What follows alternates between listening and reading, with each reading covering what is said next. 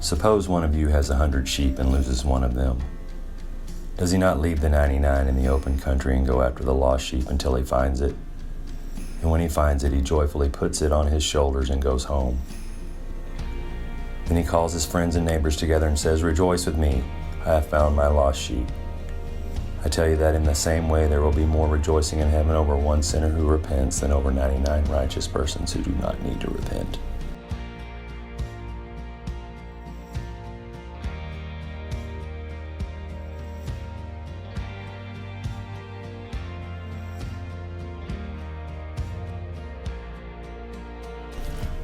Or suppose a woman has 10 silver coins and loses one. Does she not light a lamp, sweep the house, and search carefully until she finds it? And when she finds it, she calls her friends and neighbors together and says, "Rejoice with me, I have found my lost coin." In the same way, I tell you, there is rejoicing in the presence of the angels of God over one sinner who repents.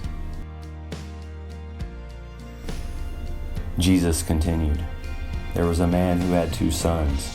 The younger one said to his father, 'Father, give me my share of the estate.' So he divided his property between them. Not long after that, the younger son got together all he had, set off for a distant country, and there squandered his wealth in wild living. After he had spent everything, there was a severe famine in that whole country, and he began to be in need. So he went and hired himself out to a citizen of that country, who sent him to his fields to feed pigs. He longed to fill his stomach with the pods that the pigs were eating, but no one gave him anything. When he came to his senses, he said, 'How many of my father's hired men have food to spare, and here I am starving to death? I will set out and go back to my father and say to him, Father, I have sinned against heaven and against you. I am no longer worthy to be called your son. Make me like one of your hired men.' So he got up and went to his father. But while he was still a long way off, his father saw him and was filled with compassion for him. He ran to his son, threw his arms around him, and kissed him. The son said to him, 'Father, I have sinned against heaven and against you. I am no longer worthy to be called your son.'